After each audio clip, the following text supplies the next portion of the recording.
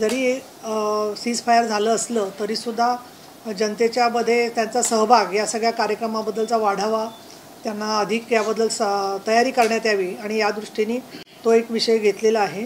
प्रभावी संवाद कौशल्य व नेतृत्व गुण याच्यामध्ये श्री विजय नवले मी तुम्हाला परत देते सगळ्याची।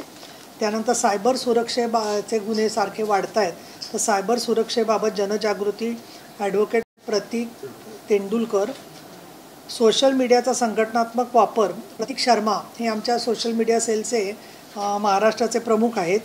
त्यानंतर तणावमुक्त मन आणि मानसिक आरोग्य याच्यावर दत्ता कोहिणकर। महिलांचे आरोग्य आणि सुरक्षा डॉक्टर ममता लांडे आणि पक्षाची आर्थिक शिस्त व नियोजन स्मिता बोलाणे। तर त्यात आपल्याला काय काय प्रकारच्या आर्थिकदृष्ट्या जबाबदाऱ्या असतात या संदर्भामधलं त्यांचं मार्गदर्शन आहे। त्याचबरोबर पुणे शहरामधले आणि पुणे जिल्ह्यातले जे आमचे सगळे जिल्हा प्रमुख आहेत आणि महिला जिल्हा संघटक आहेत, संपर्क प्रमुख आहेत पुणे जिल्ह्याचे, त्या सर्वांना निमंत्रित केलेलं आहे। आमदार शरद सोनावणे, आमदार विजय शिवतारे, खासदार श्रीरंग बारणे यांनाही निमंत्रित केलेलं आहे। आणि पुणे शहराच्या मधले अजय भोसले सहसंपर्क प्रमुख, तसंच रवींद्र दांगेकर आणि सुदर्शना त्रिगुणाईत महिला विभागाच्या महिला संपर्क प्रमुख असे सर्व पदाधिकाऱ्यांना बोलावलेलं आहे। आणि प्रत्येक विधानसभेतून 15 पुरुष पदाधिकारी आणि 15 महिला पदाधिकारी एवढे मर्यादितच त्याला निमंत्रित पुणे जिल्ह्यातून केलेले आहेत। त्यामुळे साधारणपणे 200 प्रतिनिधींना बोलावलेलं आहे। आणि येणाऱ्या स्थानिक स्वराज्य संस्थांच्या निवडणुकांमध्ये जे गटनिहाय आणि गणनिहाय बांधणी आपल्याला अपेक्षित असते, त्या दृष्टिकोनातून गट आणि गटनिहाय प्रतिनिधी घेऊन यावेत अशा प्रकारची सूचना त्यांना केलेली आहे। सकाळी 10 वाजतापासून नोंदणी सुरू आहे, 10:30ला कार्यक्रम सुरू होईल आणि आपण साधारणपणे 11च्या सुमाराला तिकडे यावं। आमचं शिबिर खुलं ठेवायचं की नाही मीडियाला उद्घाटन सत्रानंतर तो निर्णय आम्ही 1 वाजता जाहीर करू, आमचं उद्घाटन सत्र झालं की। आणि मग बाकीचे जे विषय आहेत त्याच्यावरती मुख्यतः त्यांचं मार्गदर्शन होणार आहे। आम्ही नोंदणीचा फॉर्म आणि फीडबॅकचा फॉर्मसुद्धा एक भरून घेणार आहोत की जेणेकरून आपण घेतलेलं प्रशिक्षण शिबिराचं कितपत उपयोग त्यांना झाला हे आमचं स्वतःला त्याला जाणीव ठेवता येईल। हा एक कार्यक्रम उद्या 13 मे रोजी पुण्यात ठेवलेला आहे, त्याला आपण जरूर सगळ्यांनी यावं। उद्घाटन सत्रानंतर काही विशेष वाटलं तर तुम्हाला आम्ही संबोधित करू परिस्थितीनुसार। दुसरी एक घोषणा करायची आहे ते म्हणजे पुण्यश्लोक अहिल्यादेवी होळकर यांच्या 300व्या जन्मशताब्दीच्या निमित्ताने नुकतंच मोठं बैठक चौंडी या ठिकाणी झाली आणि या कॅबिनेट बैठकीमध्ये अनेक चांगले निर्णय घेतले गेले। त्याच्यामध्ये आदिशक्ती जागृती मोहीमसुद्धा घेतलेली आहे। अर्थात मी स्वतः निवेदन दिलेलं होतं, ज्यांना प्रत मिळाली नसेल ती प्रत मी आपल्याला सगळ्यांना आज देते। आणि आम्ही असं सुचवलं होतं की विमेन हेडेड हाऊसहोल्ड म्हणजे एकल महिलांची मोठी संख्या महाराष्ट्रामध्ये आहे। स्थलांतरामुळे त्यांना स्वतःचं घर सांभाळावं लागतं। परित्यक्ता महिलांचा प्रश्न आजही सुटलेला नाही आहे। कोविडमध्ये आणि इतर काही कारणांनी झालेल्या विधवा महिला, मग त्या पोलीस असतील, कुटुंबीय किंवा युद्धजन्य परिस्थितीत सैनिकांच्या पत्नी असतील, इतर काही अपघातांमध्ये दगावलेले लोक आहेत, तर या विधवा महिलांच्यासाठी एकल महिलांचं सर्वेक्षण एक महाराष्ट्रभर झालं पाहिजे की प्रत्येक जिल्ह्यामध्ये किती जणी एकल महिला आहेत आणि त्यातल्या ज्यांना लाडक्या बहिणीमध्ये लाभ मिळाला असेल तर ते उत्तमच आहे। पण आपल्याला सर्वेक्षणात असं दिसलं की त्यांना अजून काही मदत लागते, कारण बऱ्याच महिला आर्थिक परिस्थिती मध्यमवर्ग असली तरीसुद्धा तिला घराबाहेर काढून टाकणं आणि तिच्या मुलांचा संपत्तीतला वाटा हिसकावून घेणं या फार अनेक ठिकाणी आपल्याला गोष्टी घडताना दिसतात। त्याचबरोबर घर भाड्याने असेल तर ती भाडेपावती तिच्या नावावर करून देताना सुद्धा बऱ्याच वेळेला खळखळ केली जाते। असे बरेच त्यांचे प्रश्न आहेत, त्याच्यामुळे एक त्याचं सर्वेक्षण करावं असं आम्ही सुचवलं होतं सरकारला, पण सरकारने काही ते अजून जाहीर केलेलं नाही आहे।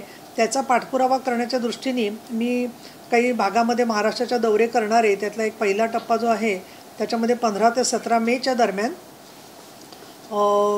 जे माझा हेतू आहे दौऱ्याचा त्याच्यामध्ये 15ला अहिल्यानगर चौंडी या गावी मी स्वतः भेट देऊन अहिल्यादेवी होळकरांना अभिवादन करणारे, महिला आघाडीशी संवाद साधणारे। त्याच्यानंतर 16 मेला संभाजीनगर आणि जालना या ठिकाणी जाणार आहे आणि 17 मेला नांदेड आणि परभणी इथे माझा दौरा आहे। तसंच बाकीच्या भागामध्ये सुद्धा असेच दौरे करणार आहे। पाणी टंचाई ज्या ज्या भागात जाणवते खास करून त्यासाठी महिलांना कशा पद्धतीने आपण दिलासा देऊ शकू, जिल्हाधिकाऱ्यांच्या सोबत एक बैठक घेणार आहे आढाव्याची, ज्याच्यात 5 विषय असणार आहेत। एक म्हणजे महिलांवरती झालेले अत्याचार त्या जिल्ह्यामध्ये आणि त्याच्यावर काय उपाययोजना झाली हे पोलिसांना विचारणं. दुसरं पाणी टंचाई, रोजगार हमी योजनेतून पाणंद रस्ते करणं जेणेकरून लोकांना स्थानिक पातळीवरती सोय होऊ शकेल. त्यानंतर ऊसतोड मजूर महिलांच्यासाठी म्हणून आरोग्य विभागाने काही उपक्रम घेतलेले आहेत, ते जिल्हा पातळीवर कितपत सुरुवात आहेत. शेतकऱ्यांच्या समस्या आणि ग्रामीण आणि शहरी भागातल्या लाडक्या बहिणींनी आम्हाला विधानसभेच्या वेळेला जे प्रेम दिलं, तर त्यांना समन्वय करण्यासाठी आम्ही शिवसेना महिला आघाडीच्या पदाधिकारी तिथे पाठवलेल्या होत्या, ज्याच्यामध्ये काही जणींचा जो समावेश होता 40 महिलांचा. त्याही महिलांना आम्ही बरोबर घेऊन काही महिलांचे थेट इंटरव्ह्यू घेऊन त्यांना आज काय अडचणी येत आहेत आणि त्याच्यामध्ये आपण त्यांना कशी मदत करू शकतो याबद्दल सुद्धा संवाद साधणार आहे. शिवसेना महिला आघाडीच्या ज्या पदाधिकारी आहेत त्यांच्याकडूनही मनोगत समजून घ्यायचं आहे, कारण इच्छुक कोण कोण आहेत स्थानिक स्वराज्य संस्थांच्या दृष्टीने ह्याचासुद्धा आम्हाला अंदाज लागू शकेल. आणि प्रत्येक ठिकाणी पत्रकार परिषद देखील घेणार आहे. हा जो दौरा आहे तो सुद्धा माननीय नामदार एकनाथ शिंदे यांच्या मार्गदर्शनानुसार हा दौरा आयोजित करण्यात येणार आहे. आणि जिथे जिथे जाईल तिथे पाणंद रस्ते करून घेण्यासाठी रोजगार हमी योजना मंत्री भरत शेठ गोगावले यांच्याशी पण तुम्ही समन्वय ठेवून त्या परत रस्ते करून घेऊन त्या उद्घाटनालाही तुम्ही जा, अशा पद्धतीने शिंदेसाहेबांनी मला सूचना दिलेली आहे. तर ह्या दौऱ्याखेरीज इतरही भागामध्ये माझे दौरे सुरू राहणार आहेत. तर या दोनच्या खेरीज काल तुम्ही काही जणांनी दखल घेतलेली आहे. 2 बैठका मी घेतल्या. त्याच्यात चंदननगर झोपडपट्टीवासीय जे जिथे आग लागली 23 एप्रिलला, त्यात जवळजवळ 800 कुटुंब राहतात, त्यापैकी 100 बेघर झालेली आहेत. तुम्ही पण त्याला खूप चांगल्या प्रकारे त्याच्यावरती प्रसिद्धी दिली. त्यांना सरकारच्या वतीने आणि NGOच्या वतीने खाण्यापिण्याची व्यवस्था आणखीन थोडीफार तात्पुरती मदत करण्यात आलेली आहे. परंतु मी जिल्हाधिकारी जितेंद्र डुडी तसंच महापालिका आयुक्त डॉक्टर राजेंद्र भोसले आणि SRA प्रकल्पाचे मुख्य अधिकारी निलेश गटणे यांच्याशी बोलले. जवळजवळ परवा मी ऑनलाईन मीटिंग घेतली आणि त्याच्यामध्ये मुख्यमंत्री मदत निधीतून त्यांचा प्रस्ताव पुढच्या 2-3 दिवसात मान्य होऊन त्यांना प्रत्येकाला त्यांची घराच्यासाठी आत्ता तात्पुरती नुकसान भरपाई मिळेल अशा पद्धतीने तो प्रस्ताव पुढे सरकलेला आहे. दुसरा महत्त्वाचा मुद्दा आहे की या 800 पैकी साधारण 550 लोक एका SRA योजनेमध्ये पात्र झालेले आहेत. तर ह्या पात्र झालेल्या लोकांचं पुढे काय, आणि या 100 लोक त्यातले पण पात्र आहेत. तर त्यासाठी सुद्धा SRA मधून सुद्धा एक आढाव्याची बैठक आज 4 वाजता जिल्हाधिकारी उद्या जिल्हाधिकारी 4 वाजता घेणार आहेत त्यांच्या प्रतिनिधींच्या सोबत. आणि त्यातल्या पात्र ठरलेल्या लोकांपैकी ज्यांना भाडं घेऊन स्वतः राहायची तयारी आहे त्यांच्यासाठी काही निवास, नगर रोडला त्याच्या जवळच काही वस्त्यांमध्ये काही इमारतींच्या मध्ये त्यांना निवासस्थान देणं तात्पुरत्या स्वरूपामध्ये, आणि अन्य काही ठिकाणी त्यांची जिथे स्थलांतराची तयारी असेल त्यांना तात्पुरती घरं मिळवून देणं. आणि ती SRA मध्ये 550 कुटुंबांचं व्यवस्था, आणि जे अपात्र ठरलेले आहेत त्यांना पात्र ठरवण्यासाठी किंवा त्यांचा काय पद्धतीने मार्ग काढता येईल याच्यासाठी स्वतः जिल्हाधिकाऱ्यांचं मी विशेष आभार मानते की त्यांनी उद्याच्या बैठकीमध्ये पाठपुरावा करून SRA चे जे इथले आहेत मुख्य अधिकारी CEO गटणे यांच्याबरोबर आणि राजेंद्र भोसले महानगरपालिका आयुक्तांनी तयारी दाखवली आहे की योग्य त्या पद्धतीने त्यांना जर का वाटत असेल तर आम्ही त्यांना सुद्धा तात्पुरती निवास व्यवस्था करायला योग्य तो त्याचा मोबदला घेऊन विकासकाकडून आम्ही त्यांच्यासाठी घरं राहण्यासाठी उपलब्ध करून घेऊ. म्हणजे एका अत्यंत गुंतागुंतीच्या आणि अवघड प्रश्नामध्ये थोडी प्रगती झालेली आहे असं म्हणायला हरकत नाही आहे. तर इथे मी थांबते. युद्ध चालूच आहे, एका बाजूला सीजफायर झालं आहे असं वाटतंय, त्यामुळे आजच्या दिवशी तरी थोडं हल्ल्यांचं प्रमाण कमी दिसतंय. आणि ज्या पद्धतीने आपल्या सर्व आर्मी, नेव्ही आणि सर्व हवाई दल यांनी परिस्थिती हाताळली आणि त्यांना ज्या प्रकारे अतिशय योग्य अचूक मार्गदर्शन माननीय पंतप्रधान नरेंद्र मोदी आणि संरक्षण मंत्री राजनाथ सिंह यांनी दिलेलं आहे. आणि त्या मार्गदर्शनानुसार आज आपण बघतोय की एक संपूर्ण जगामध्ये लक्ष लागलेलं होतं आपण काय कारवाई करणार. तर कमीत कमी मनुष्यहानी करून अतिरेक्यांना त्याच्यावरती योग्य ती पावलं उचलण्याच्या संदर्भामध्ये भारताने स्वतःची रणनीती घेतलेली आहे. मी तर स्वतःला काही या युद्धशास्त्रावरची स्वतःला तज्ज्ञ समजत नाही, परंतु युद्धाच्या नंतर किंवा नैसर्गिक किंवा मानवनिर्मित आपत्तीनंतर जी पुनर्वसन करायला लागतं त्याच्यामध्ये नक्कीच काही काम आम्ही केलेलं आहे. आणि मला असं वाटतं की परिस्थिती आत्ताची निवडल्यानंतर सरकार काश्मीरमधल्या लोकांच्यासाठी आणि त्यातल्या जे पीडित आहेत कुटुंब त्यांच्यासाठी त्यांनी खूप चांगली पावलं उचललेली आहेत. पण त्यातल्या कुटुंबांना आपण त्यांच्यासोबत आहोत हा दिलासा होऊन संपूर्ण काश्मीर ही फक्त केंद्र सरकारच्या जबाबदारीबरोबर आमची पण सामाजिक जबाबदारी आहे. या भूमिकेतून जर का काम झालं आणि तेवढं जबाबदारीने काम झालं तर ते चांगलं होईल असं मला वाटतं. बातम्या देत असताना तुमच्यापैकी अनेक जण तिथे सीमेवरती पोचलेले आहेत, अनेकांनी तेथून रिपोर्टिंग केलेलं आहे. तर तुम्ही पण स्वतःची काळजी घ्या असं मला तुम्हाला सांगायचं आहे सर्वजणांना. आणि बातम्या देत असताना काल दैनिक लोकसत्ता आणि दैनिक महाराष्ट्र टाइम्स, दैनिक सकाळ अनेकांनी काय बंधनं पाळली पाहिजे त्याच्यावरती तुम्हाला चांगलं मार्गदर्शन सगळ्या संपादकांनी केलेलं आहे. त्यामुळे मी त्याच्यावर काही जास्त बोलणार नाही. परंतु आपण जेव्हा बातम्या देतो त्याला आपला तपशील सगळा सर्व जगाला दिसत असतो आणि तिथपर्यंत कुठेही पोचणं लोकांना शक्य होत असतं. या दृष्टिकोनातून आपण पुणेकर आहोत म्हणजे सगळ्या महाराष्ट्राचं लक्ष आपल्यावर असतं. परंतु सगळ्या महाराष्ट्रातल्या आणि देशातल्या बातम्यांचा जर का मागोवा घेतला तर भारत हा सगळा एक आहे अशा प्रकारची भावना जनतेच्या मनामध्ये तयार झाली आहे. आणि परदेशातले सुद्धा भारतीय आणि अनेक लोकांचं लक्ष या सगळ्याकडे लागलेलं आहे. तर या परिस्थितीमध्ये सुद्धा आपल्याला आपले दैनंदिन कार्यक्रम करताना समारंभ करण्याच्या ऐवजी जी शिबिरं किंवा ज्याला आपण म्हणू लोकसंवाद लोकमदतीचे कार्यक्रम करत राहणं हे प्रत्येकाचं कर्तव्य आहे असं मला वाटतं. धन्यवाद. युद्धाचा विषय घेतला त्यावरूनच सध्या आता काही टीका पण होताना दिसते विरोधी पक्षांकडून देखील. डोनाल्ड ट्रम्प यांनी जी मध्यस्थी केली त्यांचा काय संबंध आणि कुठल्या अधिकाराने त्यांनी ही मध्यस्थी केलेली आहे असा प्रश्न देखील देते मी उत्तर देते. कार्यशाळेचं एक डॉक्युमेंट कार्यशाळा ही नैमित्तिक आहे की उद्धव ठाकरे आणि राज ठाकरे एकत्र येण्याच्या चर्चेचा परिणाम? नाही, तो विषय आता सगळे विसरूनच गेलेत. म्हणजे मला ते वाटत नाही की मला तुम्ही आठवण करून देईल त्या विषयाची. त्यांचा प्रश्न आहे ना त्या संघटनांचा, त्यांनी काय करायचं त्याचा. आमच्या दृष्टीने आमचं काम चालूच आहे. स्वतः शिंदेसाहेब प्रत्येक ठिकाणी जात आहेत, प्रवेश चालू आहेत. त्यामुळे मला असं उलटं वाटतं तुमच्याकडून माझी माफक अपेक्षा आहे. तुम्ही इतक्या वर्षाचे आमचे स्नेही आहात की आमच्या विषयाला कलाटणी देऊ नये आपण.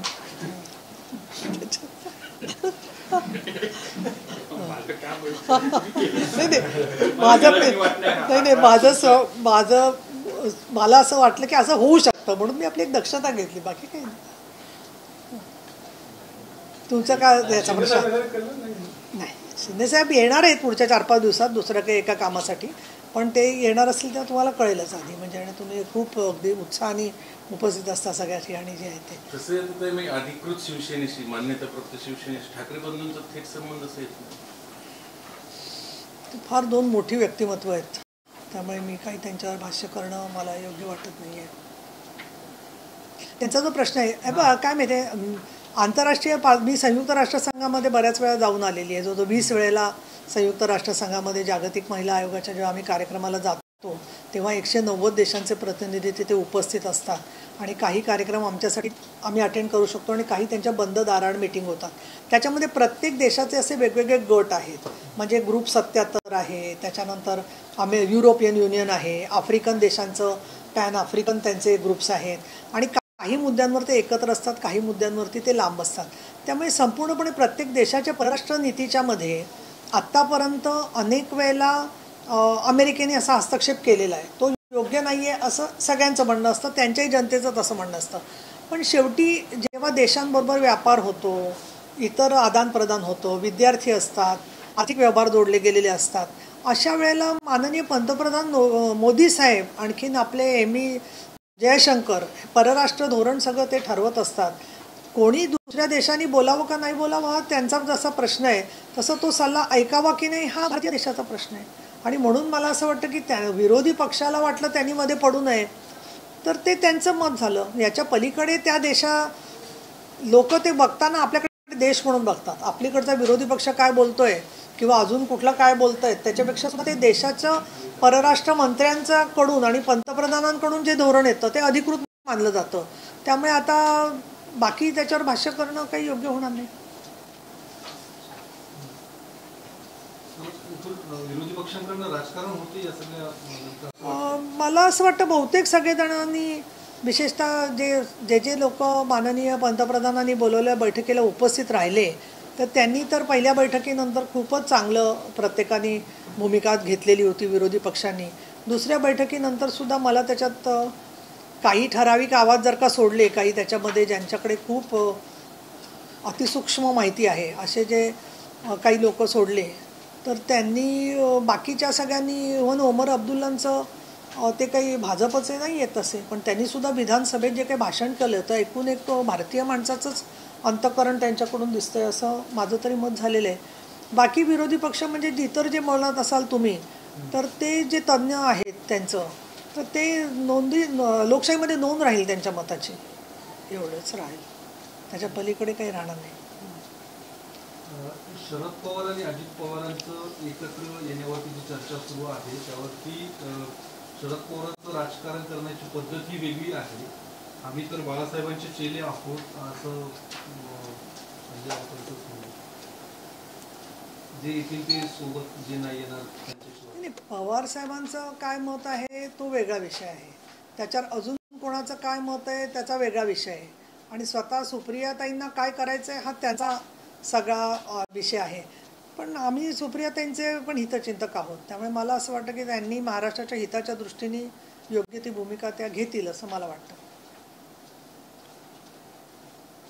पण दोन्ही राष्ट्रवादी एकत्र आले तर महायुतीमध्ये एक राष्ट्रवादीचं पारड थोडं जड होईल स्थिती नाही. आता राजकारणामध्ये असा विचार काय करायचा नसतो, आपल्या कामातून आपलं पारडं जड होत असतं, नका बाकी गोष्टींमधून. दुसरं असं आहे की विघटन करायचे, रोज वादविवाद करायचे, प्रत्येक गोष्टीमध्ये विरोधासाठी विरोध करायचा, अशा ज्याला आपण म्हणू की प्रत्येकाचा एक धर्म असतो, सत्ताधारी पक्ष एक भूमिका घेतो, विरोधी पक्ष एक भूमिका घेतो. तर या पार्श्वभूमीवर पवारसाहेबांना जर का वाटलं असेल की त्यांनी त्यांचा निर्णय घ्यावा, तर तो सुद्धा त्यांच्या ठिकाणी तो योग्यच निर्णय आहे. पण ते अमितजी शहा आणखीन देवेंद्र फडणवीस आणि शिंदेना विचारायला लागेल, मला त्याच्यावरती भाष्य करणं योग्य होणार नाही. मी माझ्या मर्यादा शक्य तेवढ्या पाळते, तरी माझ्या एखाद्या छोट्याशा विधानाने फार लोक जखमी होतात, त्यामुळे मी काही त्याच्यावर भाष्य करणार नाही कुठले. ताई, तुम्ही बोलताना मागच्या महिन्यात घडलेल्या 23 तारखेच्या अपघाताबद्दल बोललात. आंबेडकर वसाहतीमध्ये जी काय आग लागली त्याची दखल सुरुवातीला प्रशासनाने घेतली नाही, टाळाटाळ केली. अनधिकृत सगळे झोपडपट्ट्या असल्याने अशी टाळाटाळ होते अशी स्थानिकांची चर्चा आहे. प्रशासनाने सुरुवातीला दखल घेतली ना, तुम्ही त्याची काय माहिती घेतली? प्रशासनाने दखल घेतली नाही असं नाही मला वाटत, कारण आम्ही जेव्हा गेलो तिथे लगेच दुसऱ्या दिवशीच गेलो, तिथे शिवसेनेचे तर लोक होतेच, आमचे आनंद गोयल वगैरे सगळेच तिथे काम करत होते. पण पंचनामा सुरू झाला होता आणि पंचनाम्याची प्रती मला तिसऱ्या दिवशी मिळाल्या त्यांच्याकडून. त्याच्यामुळे चंदननगर म्हणजेच तिथेच नाव आंबेडकर वसाहती त्याचं, म्हणजेच नगर रोड, ते सगळं एकच आहे. हा, तर मी तू येण्याच्या आधी तेच सांगितलं की पुनर्वसनाच्यासाठी माझी प्रेस नोट पण देते तुला आज परत. मग तू अच्छा, मग तू एकटा थांब देते देते, पण परत रिपीट नको. लाडकी बहीण योजनेचं सरकार विचारच करते की लघु उद्योग ज्या महिलांना सुरू करायचा आहे त्यांना त्या योजनेच्या आधारावर कर्ज उपलब्ध करून देण्यासंदर्भात अर्थमंत्री आणि सरकार विचारतं, तसं काही नाही. ह्या साक्षीच तुम्ही आठवत असेल, इथेच आपण 2दा-3दा पत्रकार परिषद घेतली, त्याला लाडक्या बहिणींचे जे 1,500 रुपये त्यांना मिळत आहेत त्यातले 500-700 त्यांनी खर्च केल्यावर उरलेल्या पैशातून त्यांना स्वतःला कर्ज घेता येतील, आणि कर्जासाठी त्यांना सहकार्य मिळत नाही आहे काही ठिकाणी, म्हणून थोडं अडचणी होत्या. तर त्याच्यामुळे बँकांनी दखल घेऊन सरकारने यासाठी काही वेगळं पाऊल उचललं तर ते फार योग्य राहील असं मला वाटतं. आणि त्यामुळे अजितदादांची सूचना जी आहे ती स्वागतार्ह आहे. आणि माननीय शिंदेसाहेबांनी तर लाडक्या बहिणींचा भाऊ हेच पद त्यांचं सगळ्यात मोठं हे सांगितलेलं आहे. त्याच्यामुळे प्रत्येक ठिकाणी खरंच बँका तशा वागतात का हा फार मोठा प्रश्न आहे. आम्ही बँकांच्यापैकी काही बँकांचा अनुभव फार दुःखदायक आणि संतापजनक येतो आहे की ते उगाचच लोकांना फेऱ्या मारायला लावतात. ज्येष्ठ नागरिक तर कित्येक सांगतात की थोडासाही फरक झाला तर ते त्यांना देतच नाहीत पैसे, किंवा पोस्टाचे पैसेसुद्धा मिळताना अडचणी येतात. तर त्यांनी संवेदनाशील भूमिका बँकांनी घ्यावी. बँकांची परिस्थिती फार सुधारली आहे लाडक्या बहिणींमुळे, त्याची जाणीव बँकांनी ठेवली पाहिजे असं माझं स्पष्ट मत आहे. नाहीतर मग आम्हाला आमच्या पद्धतीने सगळे जे जे वागणारे लोक आहेत असा आढावा घ्यावा लागेल सगळा. स्थानिक स्वराज्य संस्थांच्या निवडणुका घेण्याचे आदेश सुप्रीम कोर्टाने दिले. महायुती म्हणूनच आपण या स्थानिक स्वराज्य संस्थांच्या निवडणुकीला सामोरं जाणार आहात की स्वबळाचीही तयारी करतात? मी काही आता याच्यावर भाष्य करणार नाही. माझ्यापूर्वी माझं मत मी सांगितलेलं आहे, ते तुम्ही लिहून ठेवलं असेल. त्याप्रमाणे होतंय की नाही ते तुम्ही बघा, कारण तेच बोलणं मला तर योग्य वाटत नाही आहे. पण चांगलं काही त्यातून महाराष्ट्रातून घडेल हा सगळ्यांचाच हेतू असणार. एकल महिलांच्या प्रश्नाच्या संदर्भात स्त्री आधार केंद्राच्या अभ्यासाचा काय आपल्याला उपयोग, इथे प्रश्नांची सोडवणूक करताना होणार आहे का? स्त्री आधार केंद्र हा तर आमचा सातत्याने आमचा अजेंडा चाललेलाच आहे. स्त्री आधार केंद्रातून काही लोक असं म्हणतात की तुम्ही एक महिला दाखवा. तर लातूर आणि धाराशिवला जेव्हा भूकंप झाला त्याच्यानंतर 400 महिलांना त्यांची शेती त्या विधवा झाल्यावरती संपूर्णपणे दलालांमार्फत विकायला निघाल्या होत्या, कारण त्यांना शेती व्यवहाराची माहितीच नव्हती. त्यांना खुरपायचं माहिती होतं, बियाणं वगैरे त्याची सगळी माहिती होती की कशी शेती करायची, पण त्या मार्केटिंग करू शकत नव्हत्या. तर स्त्री आधार केंद्रांनी त्यांच्या प्रत्येकाबरोबर मदतीचे गट तयार करून आम्ही जवळजवळ 90 लाख रुपये मदत त्यांना प्रत्येकीपर्यंत खतं बियाणं याच्यासाठी मिळवून दिली. आणि त्यानंतर त्यांची आता त्या मोठ्या झाली आहेत मुलं, त्यांची शेती त्यांच्याचकडे राहिली आहे. आणि त्यावेळेला तत्कालीन सरकारने एक निर्णय घेतला होता की लातूर आणि धाराशिवमध्ये, म्हणजे शरदरावच त्यावेळेला मुख्यमंत्री होते, की त्यांनी सांगितलं होतं की 3 वर्ष इथल्या जमिनीची खरेदी विक्री होणार नाही, नाहीतर या सर्व महिला भूमिहीन झाल्या असतात. त्यामुळे हा जो अनुभव आहे की त्यांना सक्षमीकरण आपण केलं तर त्या जमिनीच्या तशाच पद्धतीने वाटा त्यांच्याकडे राहू शकतो. असे अनेक अनुभव आहेत ज्याच्यामध्ये ओबीसी ज्या महिला आहेत तर त्या बांगड्या विकायचा व्यवसाय करत होत्या, ते उद्ध्वस्त झालं होतं. त्या अक्षरशः भीक मागायची विचारांवर वेळ आली होती, तर त्यांना बँकांकडून मदत मिळवून देऊन अवजारं वगैरे मिळवून दिली. तर ह्या सगळ्या विधवा महिलांना पायावर उभं करण्याचे जे स्त्री आधार केंद्राचे अनुभव आहेत आणि इतरही NGOजनी जे काम केलं असेल त्याच्यामध्ये आम्हाला नक्की त्याचा उपयोग येईल. आणि हेरम कुलकर्णींचा मी खास उल्लेख करीन की त्यांनी यासाठी कोविडनंतर खूप प्रयत्न चालवलेले आहेत. तर त्या कामाचं मी समर्थन करते आणि त्याला पाठिंबा देऊन त्यांचं पण आम्ही सहकार्य घ्यायचा प्रयत्न करू. त्याला संपवूया मग, नाश्ता घ्या आता. चंद्रकांतला पाहिजे ना परत, त्याच्यात पाहिजे. बरं चला, कुठले आहे बघा हां हां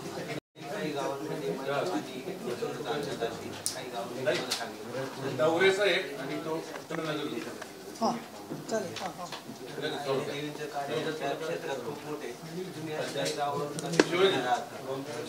मी कार्यकर्त्यांकडून माहिती घेईन, पण मला असं वाटलं की एखाद्या ठिकाणी स्वतः जाऊन तिथली परिस्थिती बघणं गरजेची आहे, तर मी जाईन ना त्याप्रमाणे. हां दौऱ्याचं आणि चंदननगर. हो. किती मिनिटात पाहिजे तुला? तो दौऱ्याचं एक मिनिटाचं खरं बाईट आहे माझ्याकडे, तुला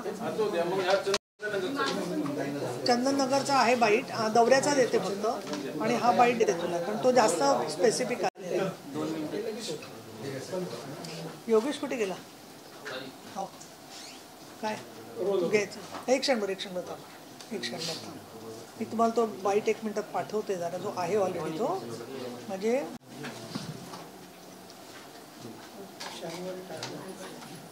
हां बरोबर याचा किती अभ्यास बघ चांगला. हे बघा त्याची प्रेस नोट पण आहे आणि 1 मिनिट आणि 42 सेकंद आहे. नाही याला देते ना फोन, दे जर मिस झाला असेल काहीतरी. आणि तुझा नंबर काय आहे? तुला पण चंदननगर आंबेडकर वसाहतचा पाहिजे ना? नाही प्रेस नोट नाही, त्याला बाईट पाहिजे. तर तो बाईट याला दिला, पुण्याला दिला, याला हां 1 to 1 केलं असेल. मग थांब बोलते आधी. आता याचा आधी छोटा बाईट एक करून घेते तो दौऱ्याचा, आणि मग करा.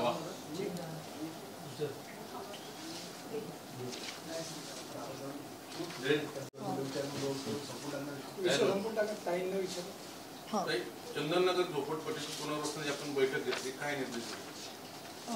नुकतीच मी पुणे जिल्हाधिकारी श्री डोडी, आणखीन पुणे महानगरपालिका आयुक्त राजेंद्र भोसले यांच्याबरोबर आणखीन SRAचे अधिकारी श्री गटणे यांच्यावर बैठक घेतली. आणि त्यातल्या ज्या झोपडपट्टीवासियांपैकी SRAची स्कीम त्यांची 2010 साली सह्या घेतल्या होत्या, त्या अजून 24पर्यंत त्याला का प्रगती मिळाली नाही आहे, आणि यांना कायमस्वरूपी पुनर्वसनाच्या दृष्टिकोनातून काय पावलं उचलता येतील यासाठी म्हणून लक्ष घाला असे मी निर्देश दिले होते.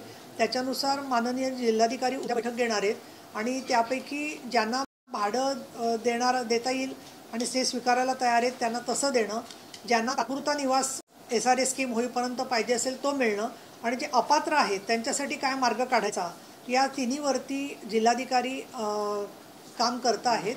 आणि ताबडतोबीची मदत मिळण्याच्या दृष्टीने माननीय मुख्यमंत्री देवेंद्र फडणवीस, एकनाथजी शिंदे उपमुख्यमंत्री आणि उपमुख्यमंत्री अजितदादा पवार यांच्याकडे जे प्रस्ताव आम्ही दिले होते त्याच्यानुसार पुढच्या 3 ते 4 दिवसामध्ये त्यांना तात्पुरती घसघशीत अशी नुकसान भरपाई मिळण्याच्या दृष्टिकोनातून सुद्धा पावलं उचलली गेलेली आहेत.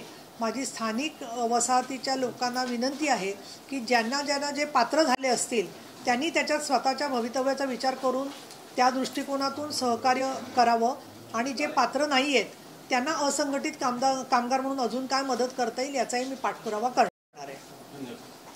दौऱ्याचं सांगू?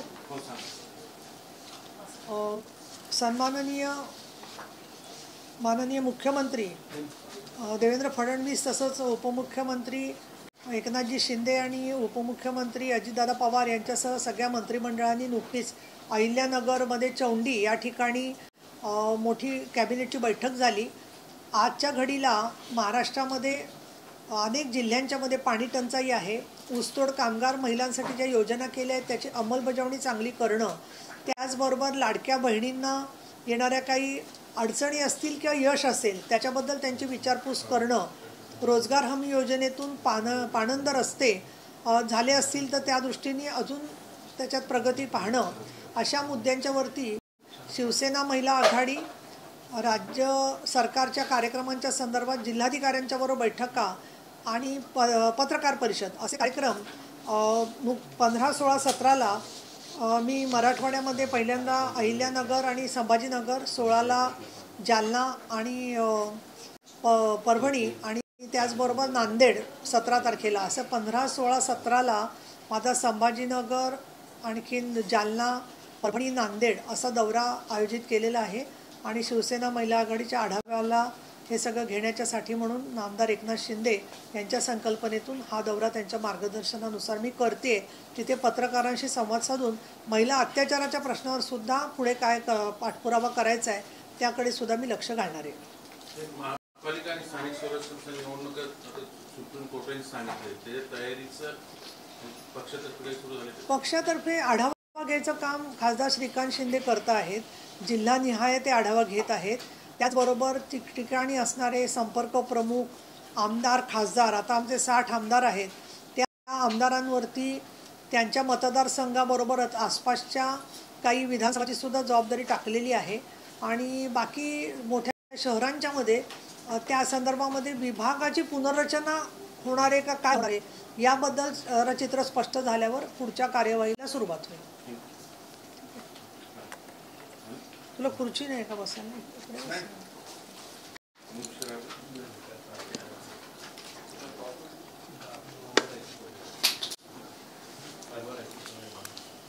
प्रेस नोट सगळ्यांना